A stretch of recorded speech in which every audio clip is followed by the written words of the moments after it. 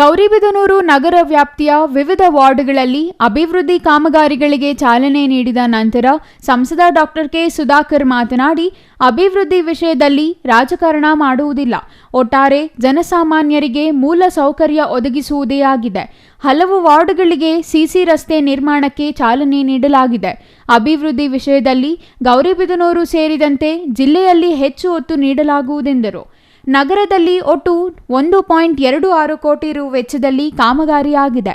ಕಾಮಗಾರಿ ವಿಷಯದಲ್ಲಿ ಯಾವುದೇ ರಾಜಿ ಇಲ್ಲ.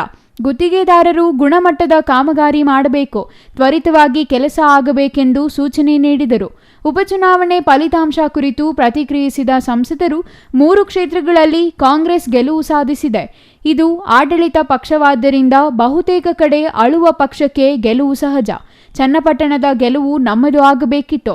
ಅಭ್ಯರ್ಥಿ ಆಯ್ಕೆಯಲ್ಲಿ ಗೊಂದಲವಾಗಿ ಮತ್ತು ನಿಖಿಲ್ ಕುಮಾರಸ್ವಾಮಿ ಅಚ್ಚರಿ ಅಭ್ಯರ್ಥಿಯಾಗಿದ್ದು, ಅವರು ಮಾನಸಿಕವಾಗಿ ಸಿದ್ಧತೆ ಇಲ್ಲದೆ ಇರುವುದು, ಪಕ್ಷದಲ್ಲಿ ಗೊಂದಲ ವಾತಾವರಣ, ಒಗ್ಗಟ್ಟಿನ ಕೊರತೆ, ನಾನು ಎಂಬ ವರ್ತನೆ, ಸಾಮೂಹಿಕ ನಾಯಕತ್ವದ ಕೊರತೆಯಿಂದ ಸೋಲು ಆಗಿದೆ ಎಂದರು.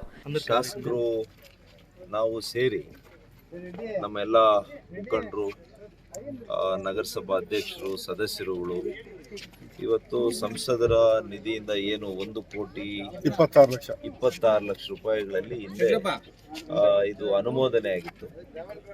ಅನುಮೋದನೆಗೆ ಅನ್ವಯ ಇವತ್ತು ನಾವು ಭೂಮಿ ಪೂಜೆ ಇವತ್ತು ಹಮ್ಮಿಕೊಂಡಿದ್ದೇವೆ. ಶಂಕುಸ್ಥಾಪನೆ ಎಲ್ಲ ವಾರ್ಡ್ಗಳಲ್ಲಿ ಹೋಗಿ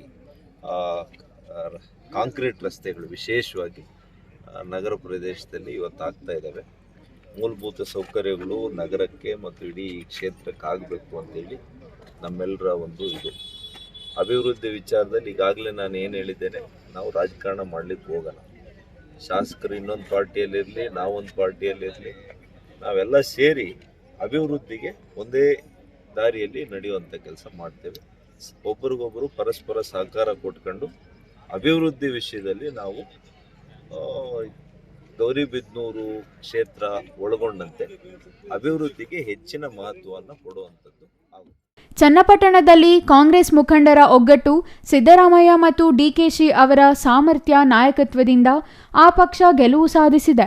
ಇದನ್ನು ನಮ್ಮ ನಾಯಕರು ಕಲಿಯಬೇಕೆಂದರು.